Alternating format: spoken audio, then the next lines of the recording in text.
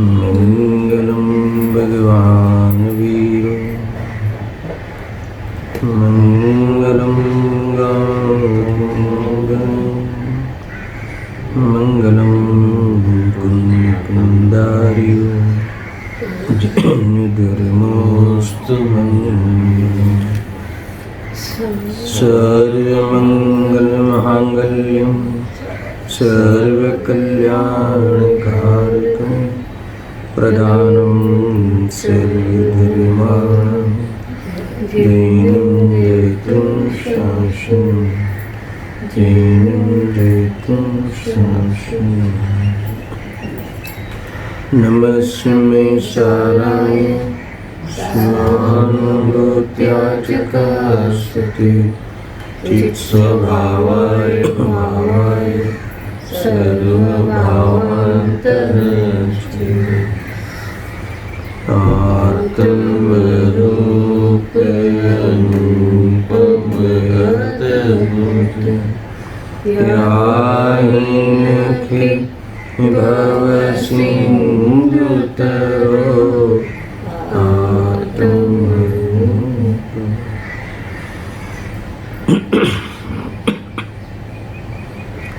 समय सार कर्ता कर्माधिकार कलश 94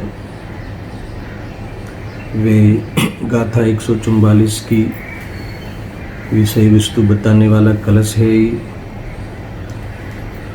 टीका के दूसरे अंश का आधार लेकर बहुत सरल भाषा में ज्ञान को ज्ञान में मिलाने की प्रेरणा दी है। यानी ज्ञान को ज्ञान में स्थित करना ही आत्मसन्मुखता है। बहुत चला था ना 144वीं गाथा में मति ज्ञान शुद्ध ज्ञान को मर्यादा में लाकर आत्मसन्मुख करना, उससे विकल्प का रुकना होता है और आत्मा समेसार हो जाता है। ये बताई थी। तो वही टीका का अंश, उस अंश को इस श्लोक में आचार्य देव ने कहा है। यानी उस सारे प्रकरण को एक पंक्ति में कहना हो तो ज्ञान को ज्ञान में स्थित करना ही मति शुद्ध ज्ञान की आत्मसन्मुखता है। एक बहुत विशेष विचार हुआ था। अब इस कलश की जो उत्थानिका है, उत्थानिका में भी इस बात का एहसास कराया है। देखो, आत्मा ज्ञान थी चूत थयो હતો તે જ્ઞાનમાં જે આવી મળે છે એમ કહે છે। મિલા આ આત્મા જ્ઞાનથી ચ્યુત થયો હતો તે જ્ઞાનમાં આવી મળે છે। क्या अर्थ इसका? दो बातें कही ना। आत्मा ज्ञान थी च्युत थयो હતો यानी ज्ञान से बिछड़ गया था।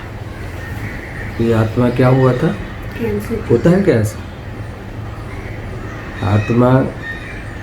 आत्मा ज्ञान से रहित हो गया था। ज्ञान से रहित हो जाता है क्या? तो क्या अर्थ है उसका? इसकी चर्चा हमें करनी है। उत्थानिका के गुरुदेव जी ने बहुत विस्तार भी किया है। ये आत्मा ज्ञान से च्युत हुआ। अगर आत्मा में से ज्ञान निकाल देवे तो आत्मा जड़ हो जाएगा। अगर ज्ञान निकल जाए, च्युत हो जाए, उससे रहित हो जाए, बिछड़ जाए, तो ऐसा होता नहीं। तो क्या अर्थ है इसका? तो क्या वस्तु में तो फर्क पड़ता नहीं, पर यहाँ पर्याय की बात है। यह आत्मा पर्याय में अर्थात स्वयं ज्ञान की पर्याय में अपने सामने नहीं देखा अनादि से। इसका नाम बिछड़ना है, इसका नाम च्युत हो जाना है। ख्याल में आया? ज्ञान से बना हुआ है आत्मा। हर आत्मा में ज्ञान तो है, वो कहते हैं ना, हर आत्मा में ज्ञान तो है, मगर जिसके ज्ञान में आत्मा है वह धन्य है। ये पंक्ति मिलती है। तो इसका क्या मतलब दर्शन? हर आत्मा में ज्ञान तो है, मगर जिसके ज्ञान में आत्मा है वह धन्य है, वह ज्ञानी है, वह आत्म सन्मुख जीव है, वह निवृत्त आत्मलीन जीव है। समझ में आया? तो क्या अर्थ है इसका कि हर आत्मा, यहाँ कोई ज्ञानी अज्ञानी का भेद नहीं कर रहे, चाहे एक इंद्रिय का जीव हो, एक इंद्रिय से लेकर सिद्धों तक की जितनी भी जीव राशि है, सारे आत्मा में ज्ञान है और निरंतर ज्ञान रूप परिणमन होता है ना, जानने देखने रूप परिणमन होता है। तो फिर च्युत कहाँ हुआ? तो जानने देखने रूप जो परिणमन होता है, जानने का जो कार्य होता है, उस ज्ञान में आत्म सन्मुख नहीं हुआ। उस ज्ञान में जो ज्ञेय झलकता है तो उस ज्ञेय का लक्ष्य करता है, अर्थात उस ज्ञेय में इष्ट अनिष्ट की बुद्धि करता है। यहाँ लिखते हैं कि जो ज्ञान में जानने में आने वाले ज्ञेय है, उसमें लक्ष्य करके कुछ न कुछ मनोगत कल्पना करके बहुत आकुलता को प्राप्त होता है, अर्थात तो सुखाभास सुख और दुख को प्राप्त होता है। इसका नाम है अपने से वंचित रहना, अपने से च्युत रहना, है ना, अपना दुश्मन बने बैठना। आया ख्याल में? इस जीव का दुश्मन कौन है? जीव स्वयं, है ना, जो जीव स्वयं अज्ञान, स्वयं अज्ञान के वश होकर भेद ज्ञान का त्याग करके विवेक खोकर, है ख्याल में, उस जानने में आने वाले ज्ञेयों के पदार्थ में, नए पदार्थ में क्या करता है? एकत्व करके उसको अपनाकर अपने साथ बहुत अन्याय करता है ना। हमें अपने में अपनापन करना चाहिए, अपने में एकत्व करना चाहिए, इसके बजाय जानने में आने वाले ज्ञेयों पे एकत्व करके यहाँ कहते हैं कि अपनापन नहीं करता अपने आत्मा में और इस प्रकार से अपने से दूर रहता है। उस ज्ञेयों का कर्ता बनकर, स्वामी बनकर, कर्ता बनकर अपने अकर्ता स्वभाव का स्वाद नहीं लेता। आजकल में जो कह रहा हूँ मैं, अपने स्वभाव का स्वाद नहीं लेता, निराकुलता का लाभ नहीं लेता, अपने शरण में नहीं रहता, ज्ञेयों के सन्मुख रहना, बहिर्मुख दृष्टि रखना, ये है कि इसमें ये सब कहाँ होता है? पर्याय।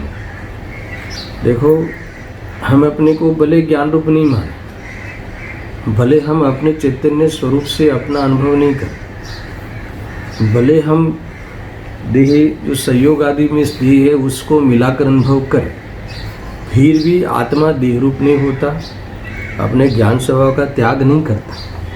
वस्तु में तो ये बात होती ही नहीं।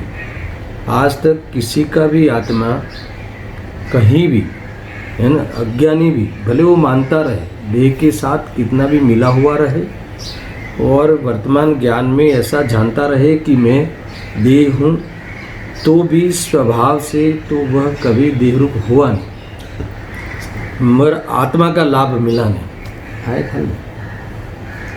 उस राग रूपी विभाव को स्वभाव मानकर सेवन करते गया। समझ में आया? तो राग द्वेष की ज्वाला में सीखता गया, सीखा गया पूरा, अपनी शांति का लाभ नहीं मिला, ये नुकसान हुआ। इसका नाम च्युत हो जाना, अपने आप को भूल जाना, है ना, पर्याय में अपने को भूल जाना, अपने से रूठ जाना, अपने से विमुख एटीट्यूड रखना, है ना, जिस कर्म और नो कर्म में अभेद बुद्धि करना। बहुत आया था ना 19वीं गाथा में, किसमें? कर्म, कर्म यानी जो क्या लेना, जो जीव के अंतरंग परिणाम, मोह आदि जीव के अंतरंग परिणाम, कर्म यानी भाव कर्म लेना।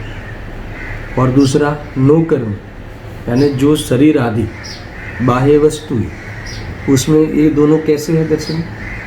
आत्मा को तिरस्कार कराने वाले हैं। पहले तो ये दोनों उद्गल रूप है, और आत्मा की शांति को होने वाली चीज़ें हैं, फिर भी इसमें अभेद बुद्धि करता है, इसका नाम है अपने आप से च्युत हो जाना। है क्या नहीं? भले इस भाव जो शुभ भाव हो, भले कैसा कि मनता हो, भले वो अपने आत्मा के बारे में विकल्प आदि हो, वह सब क्या है? अपनी आत्मा की शांति को भंग करने वाले भाव कर्म हैं। तो आत्मा के तिरस्कार करने वाले जीव के विकारी परिणाम हैं। तो उसमें अभेद बुद्धि करना और अपने स्वभाव को भूलकर ही संभव है, इसका नाम है अपने स्वभाव से च्युत हो जाना। पहली जो है ना अट्ठानिका में आत्मा ज्ञान थे च्युत थयो हतो, पहले इसका भाव वाचन करते हैं, फिर दूसरी पंक्ति का है ना, ये यहाँ कह रहे हैं। देखो ऐसा है ना कि ये मुट्ठी में रखा हुआ सोने की भांति, मुट्ठी में रखा हुआ सोना है और हम क्या करते हैं? ढूंढते हैं। तो क्या वो खो गया है कि भूल गए? दुनिया में कोई चीज़ खो जाती है, जैसे हम चाबी ढूंढते हैं ना, तो हम क्या कहते हैं? चाबी खो गई। चाबी खो गई है कि हम भूल गए? समझ गए ना? हमें ऐसा लगता है कि चाबी खो गई है, यहाँ कहते हैं कि चाबी कभी नहीं खो जाती, हम भूल गए हैं। ऐसा आत्मा कभी नहीं खो जाता, आत्मा कभी ज्ञान से च्युत नहीं हो जाता, आत्मा कभी आत्मा से बाहर नहीं निकल जाता। ये तो हम भूल गए हैं। अब क्यों भूल गए हैं? तो कि मोह के कारण भूल गए हैं, अज्ञान के कारण भूल गए हैं। देखो ऐसा है। और ये कहते हैं कि इस प्रकार ये ज्ञान से च्युत हो गया है, बिछड़ गया है और वही आत्मा जो बिछड़ गया है, ऐसा कहा, वही आत्मा वही मिलेगा। कहाँ मिलेगा? वही मिलेगा। क्या करना है? सिर्फ करवट बदलनी है ना, सिर्फ दृष्टि बदलनी है, सिर्फ ज्ञान में विवेक प्रकट करने। लिखा ना, च्युत थयो हतो ते ज्ञानमा ज मળી આવે છે। ज्ञान कहाँ निकल गया था? बाहर। यही कहते हैं ना, बाहर यानी विकल्पों पे बहुत दूर निकल गया आपने से, ऐसा कहने वाले अभी मूल में। मगर वो कहाँ मिलेगा? वो ज्ञान में ही मिलेगा। वो ज्ञान कभी ज्ञान से बाहर गया ही नहीं, ये सिद्ध करेंगे अभी, है ना। वहीं से ज्ञान को ज्ञान का मिलन कराने वाली ये बहुत अनमोल घड़ी है, हमें हमारे से मिलाने की बहुत महत्वपूर्ण घड़ी है, धन्य घड़ी है। विश्व की ये उत्कृष्ट क्षण है, अनादि अनंत कालखंड में से उत्कृष्ट कालखंड है कि जिस कालखंड में ज्ञान से ज्ञान का मिलन हो। वो ज्ञान से ज्ञान का मिलन हो, वही ही ज्ञान मिल जाता है। तो भले वहीं ही ज्ञान को मिलाना है, ये लिखा है, मगर वो कैसे मिलता है, इसकी चर्चा इस श्लोक में बहुत खुलासा से आई है।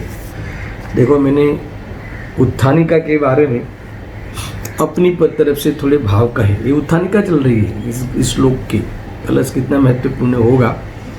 अब मैं गुरुदेव सिंह ने जो उत्थानिका यहाँ उन्होंने जो अपने भाव व्यक्त किए हैं वही है, फिर भी उनकी भाषा में पढ़ते हैं, थोड़ा आनंद आएगा। देखो, आत्मा, पहले उत्थानिका उन्होंने पढ़ी है। आत्मा ज्ञान थी च्युत थयो हतो। कब से च्युत हुआ है? अभी बोलने वाले, अनादि से। अनादि से हम अपने घर में नहीं आए, अर्थात हम अपने घर में है वो पता नहीं। क्या कहा? कोई बाहर चला नहीं गया। ज्ञान में ही है, ये हम भूल गए। अर्थात ज्ञान में ज्ञान ही है, वो हमें नजर नहीं आया। क्या कहा? ज्ञान में ही है, वो नजर नहीं आया। ज्ञेय के ज्ञान रूप परिणमित होने वाले ज्ञान में ज्ञान ही है, अर्थात वह ज्ञान में ही है, ज्ञेय में नहीं गया, ज्ञेय ज्ञान में नहीं आया, ये हमें नजर नहीं आया। मैं जहाँ भी देखूं तो मुझे ज्ञान नजर आए, जो कभी न था मिला वो आज नजर आए। है जो कभी न था मिला, उसका अर्थ क्या है? कभी नहीं मिला था। देखो घर में रहकर भी हम नहीं मिले, ऐसा होता ना। देखो घर में पति पत्नी साथ में रहते हुए भी साथ में नहीं रहते, ऐसा प्रसंग हो सकता है कि नहीं? देखो एक पत्नी कहीं जॉब करती है, पति कहीं जॉब करता है, तो कोई अलग अलग सेंटर में रहे, वो वाली बात है नहीं। पति पत्नी घर में रहे फिर भी एक दूसरे से नहीं मिले, उसका अर्थ क्या? स्वीकार नहीं करे तो कभी मिले ही नहीं। समझा ना? वो लॉजिक है। भले ही बेटा अमेरिका रहता हो मगर उसमें अपनापन हो तो दूर कहाँ है, और साथ में हो पर अपनापन ही नहीं हो तो साथ में कहाँ है? समझ में है कि नहीं? ऐसे ही यहाँ ज्ञान में भले हो मगर ज्ञान में होने पर भी वहाँ देखे ही नहीं, है ना, उसको अपनाए ही नहीं, यही मैं हूँ ऐसा एकत्व करे ही नहीं, और ऊपर से ज्ञान में जो जानने में आने वाले जो ज्ञानी हैं उसको ही अपनाए, उससे ही देह आदि से एकत्व करे, है ना। तो यहाँ कहते हैं कि ये क्या हो गया? अपने से च्युत हो गया। जबरदस्त बात है। मैं देखो आ आत्मा ज्ञान थी च्युत थयो हतो। कयो आत्मा? अयम जो च्युत हुआ है ना, उस अज्ञान रूप परिणमित आत्मा को भी आ आत्मा कहते हैं। समझे ना? कौन च्युत कौन हुआ है? शुद्धात्मा तो च्युत होता ही नहीं, तो कौन च्युत हुआ है? कौन बिछड़ गया है? किसने भूल की है? अज्ञानी आत्मा ने, अज्ञान ने। तो उस अज्ञान की ओर से भी आत्मा कहते हैं, अयम आने वाला है अंदर, आत्मा भूल गया अपने बाप को। ऐसा ज्ञानથી च्युत થયો થાકો।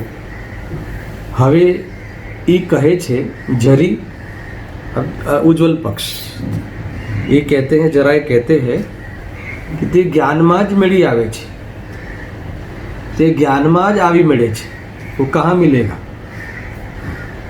है ना। मुझे अपने से मिलना हो तो मैं कहाँ मिलूँगा? घर में मिलूँगा कि ऑफिस में मिलूँगा? दर्शन, मुझे अपने को मिलना है तो मैं कहाँ मिलूँगा? विकल्प में मिलूँगा, घर में मिलूँगा कि ऑफिस में मिलूँगा? विकल्प में मिलूँगा तो कि नहीं, मैं कहाँ रहूँगा? मेरी मर्यादा कहाँ? ज्ञान तक ही मैं हूँ। जहाँ मेरा उपयोग वहाँ मैं हूँ, जहाँ मैं हूँ वहाँ मेरा उपयोग है। ज्ञान में ही लीन है, वही है भोग, वही है योग। समझ लेना, जो ज्ञान में लीन है वही है ज्ञान, वही है भोग, कहीं और बाहर है नहीं। मैंने पहले कहा है ना, ज्ञान कहाँ है? ज्ञान घर के बाहर है। अरे ज्ञान घर में ही है, घर में है ऐसा जानने का नाम ज्ञान, ज्ञान में ही है ऐसा जानने का नाम ज्ञान। मिल गया। ज्ञान घर में ही है इसका अर्थ ये है, ज्ञान में ही है इसका अर्थ ये है कि ज्ञान शुद्ध है, ज्ञान एक रूप है, ज्ञान परिपूर्ण है। समझो ज्ञान कहाँ है? किसकी बात है दर्शन में? किसका ज्ञान में है ना? जीव मात्र का ज्ञान में है। तो च्युत क्यों हो गया? कि वो ये देखा नहीं, ये अनुभव नहीं किया, ऐसा अनुभव नहीं किया। तो यही बात है। वो 17वीं 18वीं वाली जो गाथा है ना, वो वाली वो टोन है। 17वीं 18वीं वाली गाथा है। फिर उसके बाद एक श्लोक के बाद एक और टीका लिखी है आचार्य देव ने। एक श्लोक के बाद तुरंत 2 टीकाएं हैं उस गाथा में। ये दोनों टीका में मुख्य किया है, ये वो बताता हूँ। 17वीं 18वीं गाथा में क्या कहा कि अनुभूति स्वरूप भगवान आत्मा आबाल गोपाल सौने सदा काल स्वयं अनुभव में आ रहा है, अनुभूति हो रही है सबको, है ना। ये जो ज्ञान में ज्ञान की अनुभूति हो ही रही है, ये ज्ञानानुभूति है, वो आत्मानुभूति ही है। तो कहते हैं कि फिर आप आत्मानुभूति करने के लिए क्यों कहते हो? तो इसलिए कहते हैं कि ये जो अनुभूति हुई है, ये ज्ञान की अनुभूति हुई है, वो आत्मानुभूति है। ऐसी अनुभूति नहीं करता, बस इतनी अनुभूति नहीं करता तो वो अपने से कोसों दूर है, समझा ना। वो अपने से बहुत दूर है, बहुत दूर है यानी विभाव में है। और विभाव स्वभाव से कितना दूर है? अनंत दूर है, दोनों मिल ही नहीं पाते।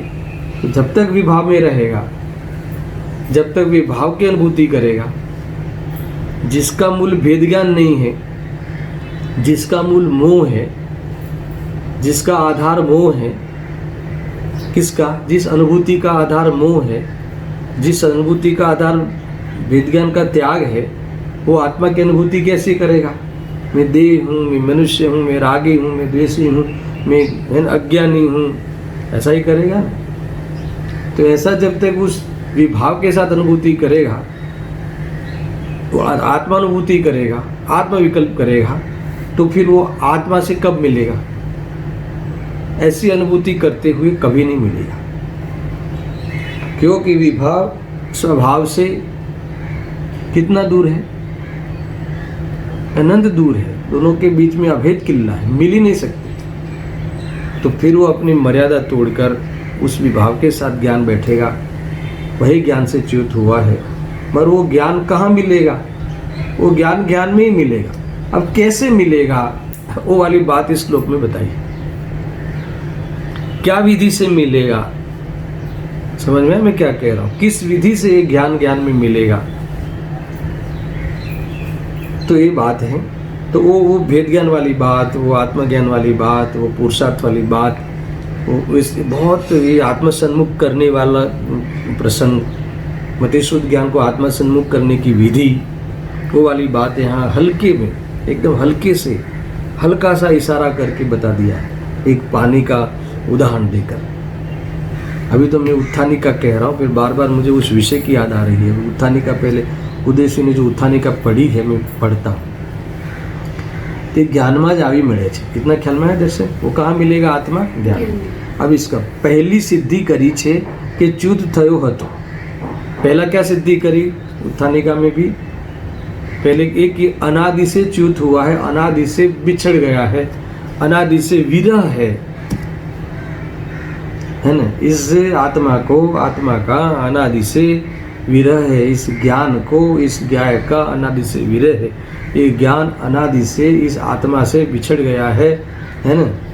ये मेले में खो गया है, ऐसा कहना है ना।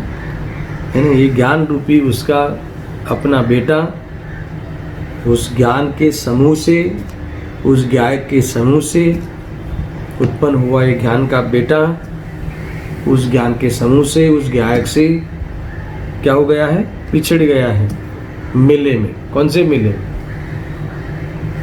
ये राग द्वेष के इस विकल्पों के मेले में इस जीव ने उससे मेल करते हुए, पर्याय से मेल करते हुए, द्रव्य स्वभाव का अनादर करते हुए अपने से दूरी बनाई रखी है। अपने जो शरण से, अपने जो शरण जहाँ लेना था, वो शरण का खबर नहीं है, पता भूल गया है। इसीलिए जीव कहाँ है? भटकता है, वन में भटकता है। कौन से वन में? भव वन में। जी भर गुम चुका, कण कण को भी जी भर भर देखा। ये वन में रखड़ रहा है, फिर भी वहाँ क्या नहीं मिला? सुख की रेखा न मिली। ये बात आई थी, ये यहाँ से बात उठाई है। देखो, पहली सिद्धि करे छे, पहला ये सिद्ध करते हैं कि च्युत हुआ है, ये ज्ञान आत्मा से छूटा पड़ गया है। च्युत हो गया ना, छूटा पड़ गया है। छूटा पड़ गया, इसका अर्थ क्या? अभी कई बार गुरुदेव श्री कहेंगे छूटा पड़ी गया यानी पर्यायनी बात छे। स्वभाव तो कभी स्वभाव में से, शक्कर में से मिठास निकल जाए तो शक्कर नाश हो जाए। आत्मा में से ज्ञान बिछड़ जाए, ज्ञान बिखर जाए तो आत्मा जड़ हो जाए, नाश हो जाए। तो ये वस्तुनी बात नहीं।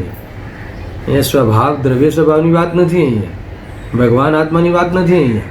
पर्याय भगवान आत्माથી बिछड़ी गई છે. भगवान आत्मा ने तो कभी वरदान है, भगवान आत्मा का तो वरदान है. हमने उसका अनादर किया, हमने उसको देखा नहीं, अरुचि करी, तो भी हर पर्याय में वो भगवान आत्मा मौजूद है, अपना दर्शन देता है. मगर में दिखता नहीं कि देखता नहीं. दिखता तो है मगर देखता नहीं. दिखता है वो स्वरूप है, देखता नहीं है वो मोह है. हर समय दिखता है, हर है ना. ज्ञान की प्रतिपल उठे तरंग, जागता उसमें आत्मराम. बराबर ना. हरे आबाल सभी गोपाल.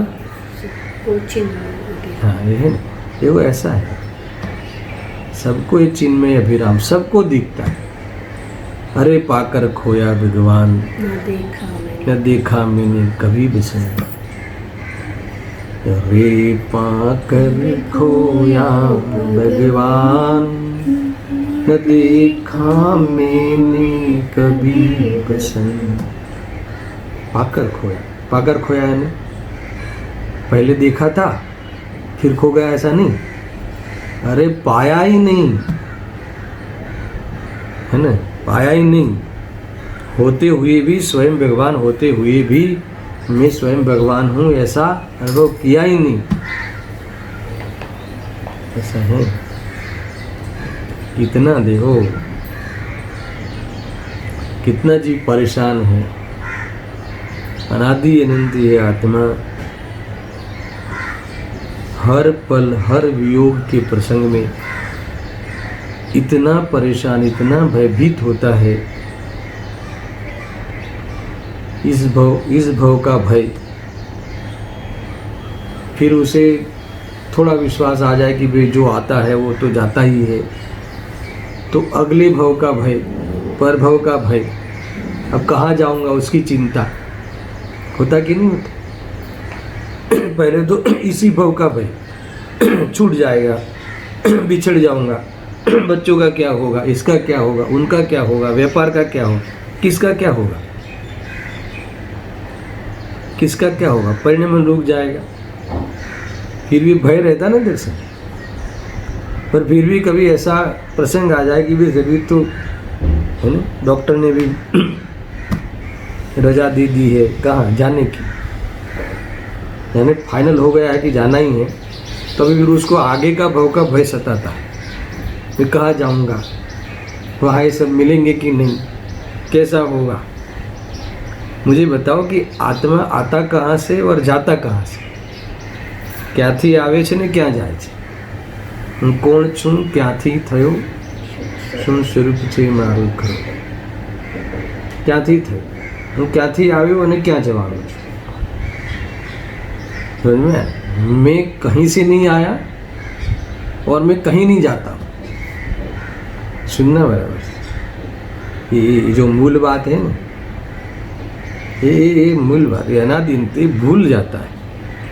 तो ये संयोग में जो अवस्थाएं बनती है, वहाँ वो अपना उपयोग लगाए हैं. वहाँ फिर वो अपना स्थायी होने का उपाय करता है और निरंतर विचलितता को प्राप्त होता है. एक क्षण के लिए भी सुकून नहीं, स्थिरता नहीं. और ये है, इसका नाम च्युत हो गया. उदय श्री कहते हैं देखो, પહેલા સિદ્ધ કરે છે કે એ ચ્યુત થયો હતો અનાદિથી. यानी अनादि से भूल करी है, ये अनादि से अपने को भूल गया है ऐसा. अब देखना दूसरा पर, वस्तु तो वस्तु જ છે, વસ્તુ વસ્તુમાં જ છે, વસ્તુ વસ્તુમાં જ છે, વસ્તુ તો વસ્તુ જ છે, તે તો તે જ છે, આત્મા તો આત્મા જ છે. आत्मा ने ज्ञान क्यारे अलग न पड़े. केम, क्योंकि ज्ञान आदि से बना हुआ है, उसी का ही स्ट्रक्चर है. तो कहाँ कैसे निकल जाएगा. तो स्वरूप है. जैसे गोनी में मूंगफली भरते हैं, ऐसे कोई आत्मा में गुण नहीं भरे। समझ में आया कि नहीं? मगर जैसे गुड़ में गड़पन है, जैसे मिश्री में मिठास है, ऐसे आत्मा में ज्ञान है। अब क्या करें, पुद्गल की ओर से आत्मा का स्वरूप समझाना पड़ता है, क्योंकि हमें पुद्गल का अभ्यास है, आत्मा का अभ्यास नहीं है। हल गया ना? ये शर्मजनक बात है, फिर भी क्या करें? ये कोई गौरव वाली बात नहीं है। बस हमें अभी इतना स्वाध्याय के बाद भी अपने को अपनी याद करानी पड़े। बालक सयाना हो जाए फिर भी उसको उसका परिचय कराना पड़े, बड़ा हो जाए फिर भी उसको उसका परिचय कराना पड़े, वो गौरव की बात नहीं है। उसे बताना पड़े कि मैं तेरा पिता हूँ, तू मेरा पुत्र है, वो हर रोज सुबह उठ के बताना पड़े। नहीं आया ख्याल में? सुन ख्याल में, ये अच्छी बात नहीं है। हर रोज सुबह में 8:30 बजे बताना पड़े क्या कि मैं चैतन्य स्वरूप हूँ, है ना? तुम चैतन्य स्वरूप हो, भगवान आत्मा हो, इतना बताना पड़े। एक तो बालक जन्म लेता है, थोड़ा समझ में नहीं आता, उस समय बताना पड़ता है। फिर वो सहजता से रहे, आनंद में, विकल्प नहीं करे। बहुत बड़ी बात है भाई, ये शांति से समझना। ये कहते हैं पहली सिद्धि करे छे कि च्युत थयो હતો અનાદિથી। વસ્તુ તો વસ્તુ છે,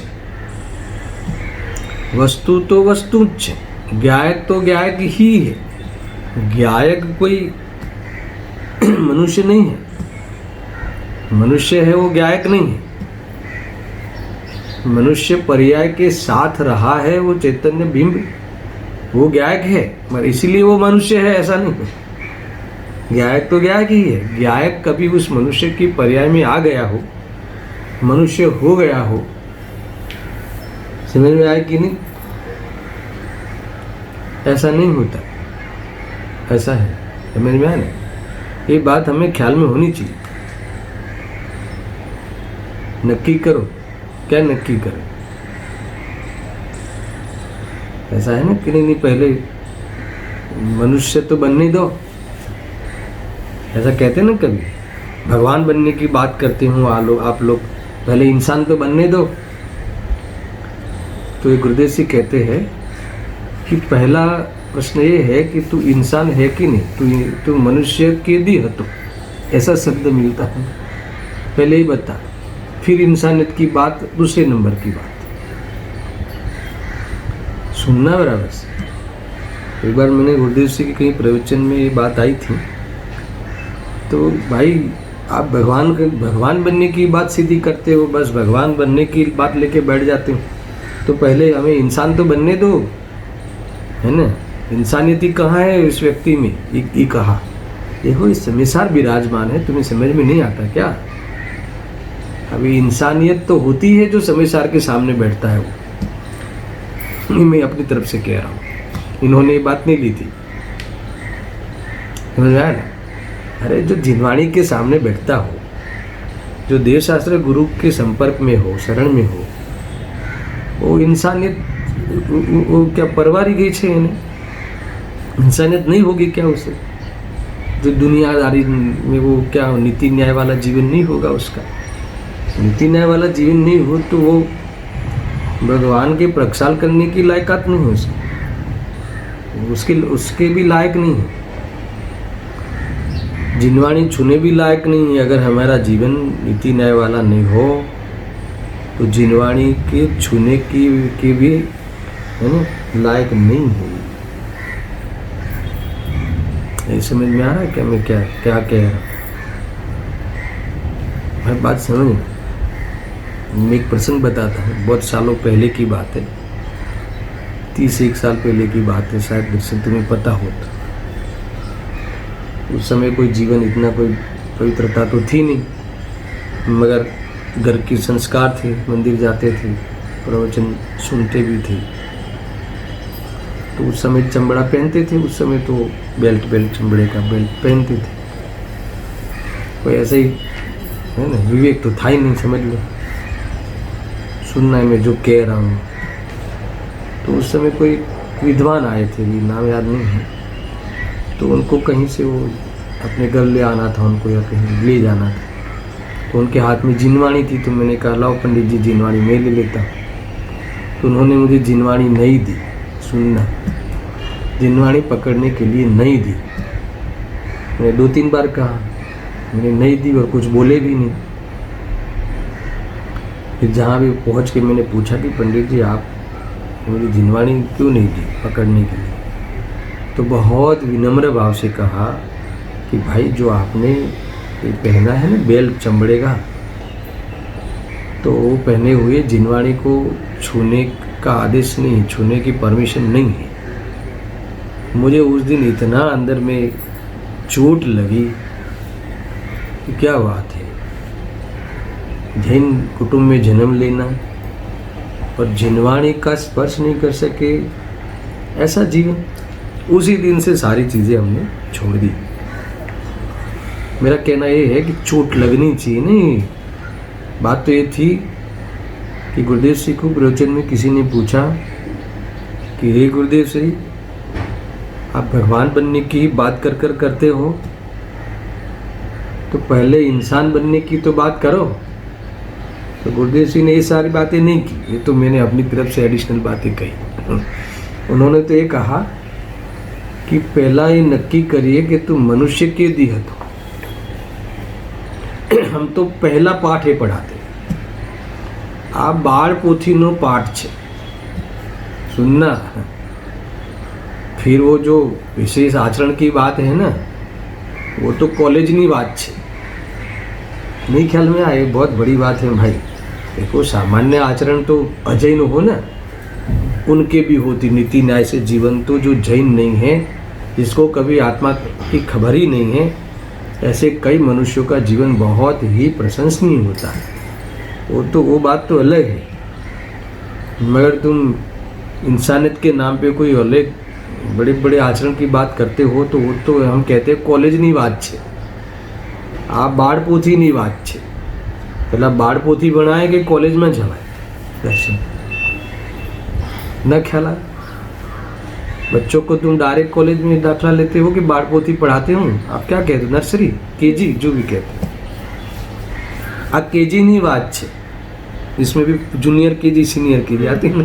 तो जूनियर केजी पहला ना दर्शन, जूनियर कि सीनियर जूनियर केजी नहीं बात छे यार। कई कि तू मनुष्य के दी હતો, તું મનુષ્ય છે કે તું જીવ છે, ચેતન પ્રભુ છે, એ પહેલા નક્કી કર। अरे यार नक्की थसे પછી જે તારી इंसानियत हसे है ना, वो तो दुनिया देखती रह जाएगी, तुझे पता नहीं है। तुझे अपनी माँ में पहले भगवान आत्मा दिखे, है ना। पहले माँ देखना कि भगवान आत्मा देखना? भगवान आत्मा। तो भगवान आत्मा देखोगे, फिर जो पर्याय का व्यवहार होगा निस्वार्थ भाव से सेवा करने का, दुनिया देखती रह जाएगी, श्रवण कहलाओगे। अगर तुम्हें भगवान आत्मा की दृष्टि नहीं हो, तुम्हें भगवान देखने की दृष्टि नहीं हो जीव में, तो उस व्यक्ति के साथ जितना भी तुम्हारा आचरण आचार विचार होगा, वो सारा स्वार्थ भरा हुआ होगा, गारंटी से। समझ में आया कि नहीं? अरे भगवान की भक्ति भी निष्काम नहीं हो सकती। भगवान, जब तुम भगवान आत्मा की दृष्टि नहीं हो, अथवा तो भगवान आदमी की दृष्टि करने का प्रयोजन नहीं हो, तो भगवान की भक्ति भी निष्काम नहीं होती। उस व्यक्ति की कुछ न कुछ कामना होगी। कौन सी? ये कहा ना, च्युत होने वाली, बाहर की व्यवस्था भगवान से कराने की खोटी बुद्धि, जिसे समझ में नहीं आता कि क्या वस्तु है, क्या स्वरूप है, कहाँ से आई ये बात। तो आई पहला सिद्धि करे छे कि बात वहाँ से उत्थानी का चला रहा हूँ मैं भी, प्रवेश नहीं किया कलश में, में सारा आ जाता है। પહેલી સિદ્ધિ કરે છે કે ચ્યુત થયો હતો અનાદિથી. વસ્તુ તો વસ્તુ છે, પણ पर्यायથી च्युत થયો હતો. बिछड़ना है वो बिछड़ने वाली बात पर्याय की है ना, द्रव्य की नहीं है, द्रव्य स्वभाव की नहीं है, वस्तु स्वरूप की नहीं है, स्वभाव की बात नहीं है, बिछड़ने की बात है. वो बिछड़ना कहाँ बना है? भगवान आत्मा कोई ज्ञान से खाली हो गया हो, च्युत हो गया हो, ऐसी बात नहीं. द्रव्य अपने गुण पर्यायों से कुछ अलग हो गया हो, प्रदेश टूट गए हो, ऐसा नहीं. न प्रमाण का द्रव्य खंडित है कि न भगवान आत्मा सुनने का द्रव्य खंडित है. कहीं भी कहीं खोट नहीं है. खोट कहाँ है? दृष्टि में. च्युत कहाँ हुआ है? पर्याय में. दृष्टि भी एक पर्याय है ना, वहाँ से च्युत हुआ, यानी अपनी तरफ नहीं देखना, अपने को भूल जाना, ये बात ही च्युत होना है, वही बिछड़ जाना है. ऐसा है. देखो, પહેલી સિદ્ધ કરે છે કે ચ્યુત થયો હતો અનાદિથી. વસ્તુ તો વસ્તુ છે, પણ પર્યાયથી ચ્યુત થયો હતો. પોતાના સ્વભાવથી ચ્યુત થયો હતો. પર્યાયમાં હો, વસ્તુમાં નહીં. પોતાના સ્વભાવથી ચ્યુત થયો હતો તો કેમ ના? પર્યાયમાં હો, વસ્તુમાં નહીં. ऐसा वस्तु तो वस्तु છે, उनका जो टोन है ना, सुनना.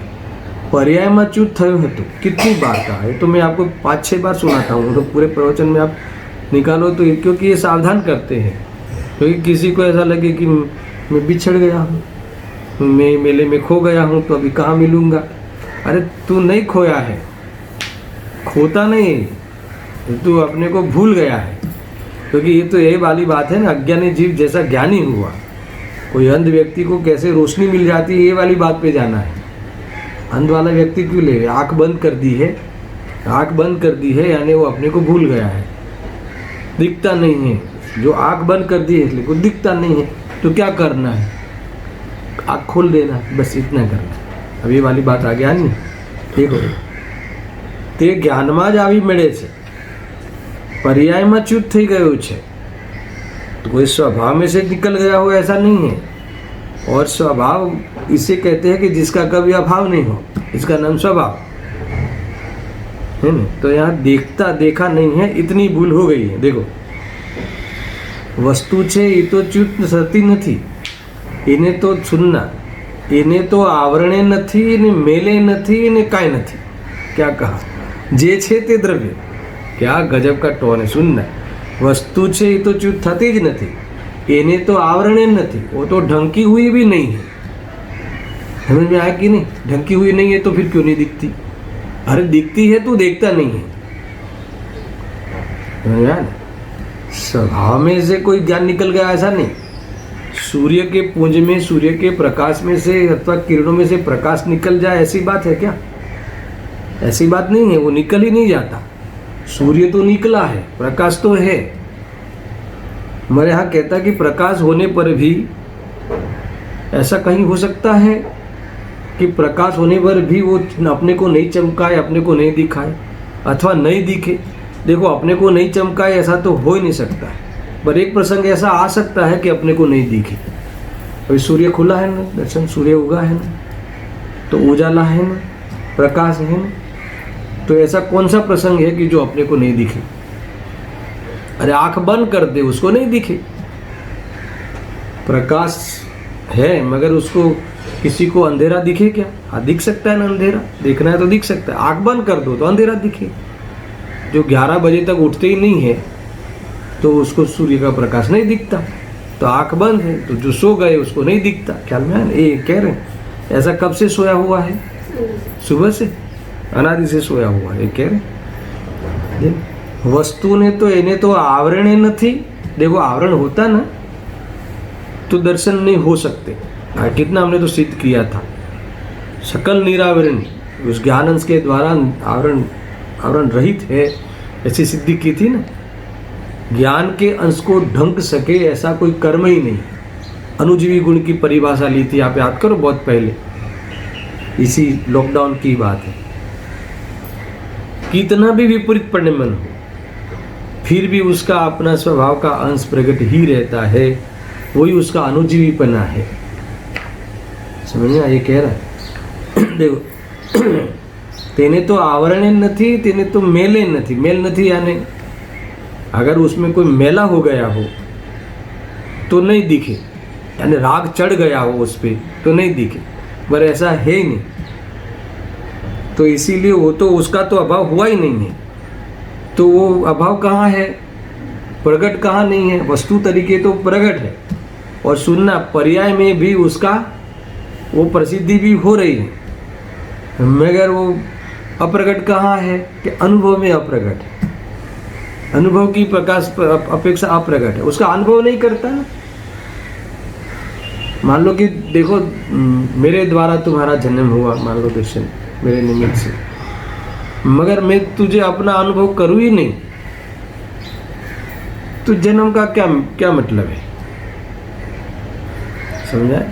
देखो लोक में भी जो बेटा अपने पिता के आज्ञा में नहीं रहता है ना, वो अपने वो कह देते कि भाई वो मेरा बेटा ही नहीं है, हमारा कुछ संबंध नहीं है, ऐसा नहीं, वो मेरा है ही नहीं, मेरा कुछ भी लेना देना नहीं, ऐसा हो गया। ये ऐसी ये है पोजीशन जो पर्याय बाहर ध्यान रखती है, बाहर में खुलती है। तो ये बातें हैं। देखो यहाँ कहते हैं कि आवरणे नहीं અને મેલે નથી, કાંઈ નથી यानी उसे संसार ही नहीं है, કાંઈ નથી। ભગવાન આત્માને સંસાર જ નથી અને એને મુક્તિ પણ નથી। કેમ? અરે મુક્ત જ છે। જેને સંસાર હોય એને મુક્તિ જોઈએ, ન એને સંસાર છે કે ન એ બંધન છે કે ન એને મુક્ત થવું છે, તો સદા મુક્ત છે। न वो अशुद्ध है कि न वो शुद्ध है। क्यों?